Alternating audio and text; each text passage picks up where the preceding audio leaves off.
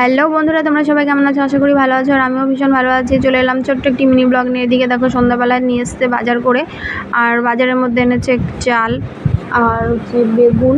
এই বেগুনগুলো কিন্তু ভীষণই ভালো লাগে, আর এত সুন্দর কচি ছিল বেগুনগুলো। আমার তো বেগুন সিদ্ধ ভীষণ প্রিয়। আর এই যে এনেছে হচ্ছে কচুরমুখী, কিন্তু আমার এখন মানে এখন বলতে কি আমার কচুরমুখী ভালোই লাগে না খেতে, মানে খাই না বলতে ভুল, খাই কিন্তু ভালো লাগে না সামনে একটা। তারপর এদিকে দেখো এর মধ্যে আছে হচ্ছে টমেটো, তারপরে ঢ্যাঁড়স, এদিকে এনেছে রসুন, আর এনেছে হচ্ছে পেঁয়াজ। পেঁয়াজটা বাড়ির শেষ হয়ে গেছিলো, মানে ফুরিয়ে গেছিলো পেঁয়াজ রসুন, সেগুলো সব নিয়ে এসছে। আর এদিকে নিয়ে এসছে দেখো মাংস। আজকে রাত্রেবেলা করবো হচ্ছে মাংস।